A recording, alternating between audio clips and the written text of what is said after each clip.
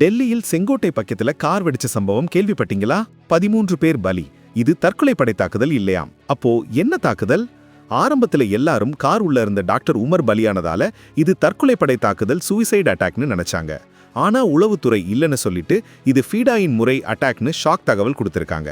இந்த ஃபீடாயின் அட்டாக்னா என்ன? ஃபீடாயி அப்படிங்கிற அரபு சொல்லுக்கு அர்த்தம் சுய தியாகம். தற்கொலை படை தாக்குதல்ல தாக்குதல் நடத்துறவர் கண்டிப்பா சாகணும். ஆனா ஃபீடாயின் தாக்குதல்னா உயிரை கொடுக்க வேண்டிய கட்டாயம் இல்லை. அங்க ஒரு பெரிய வித்தியாசம் இருக்கு. ஃபீடாயின்ல சாகணும்னு அவசியம் இல்ல. மரணத்தை துச்சமா மதிச்சு ஒரு பெரிய சேதத்தை உருவாக்கணும், நிறைய பேரை கொல்லணும். தாக்குதலுக்கு அப்புறம் தப்பிக்க வாய்ப்பு கிடைச்சா தப்பிப்பாங்க. ஒருவேளை போலீஸ் கிட்ட மாட்டிக்கிற நிலைமை வந்தா மட்டும் சாகர முடிவை எடுப்பாங்க. இது ஒரு கொரில்லா தாக்குதல் பாணி. இந்த டெல்லி கார் வெடிப்புல டாக்டர் உமர் ஏன் செத்து இருக்கலாம்னா, கூட இருந்த 2 பேர் ஆல்ரெடி பிடிபட்டுட்டாங்க. அதனால போலீஸ் கிட்ட சிக்கக்கூடாதுன்னு அவர் இந்த முடிவை எடுத்திருக்கலாம்னு சொல்றாங்க. அரபு சொல்லான ஃபீடாயிலிருந்து வந்த இந்த தாக்குதல் முறை இப்போ தெற்காசியாவில் அதிகமா நடக்குது. இந்த சம்பவம் இந்தியாவில் பாதுகாப்பு பலத்தை கேள்விக்குறியாக்கியிருக்கு. இந்த விஷயத்துல உங்களோட கருத்து என்ன?